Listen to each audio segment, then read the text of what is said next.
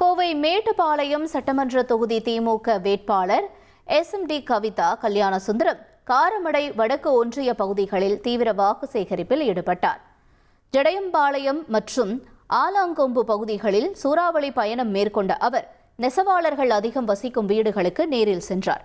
அங்கு தொழிலாளர்களுடன் அமர்ந்து கைத்தறியில் நெசவு செய்து அவர்களின் கவனத்தையும் ஈர்த்தார்.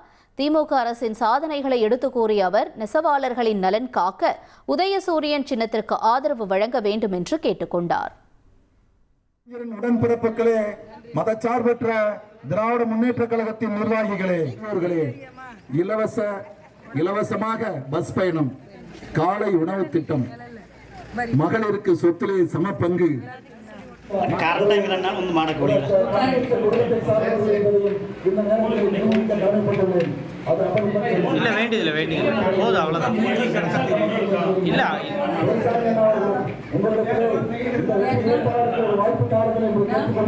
Trend friend ஆக்கிக்கோங்க. தந்தி டிவியின் சப்ஸ்கிரைபர்ஸ் அண்ட் ஃபாலோவர்ஸ் குடும்பத்துல நீங்களும் இணையுங்க.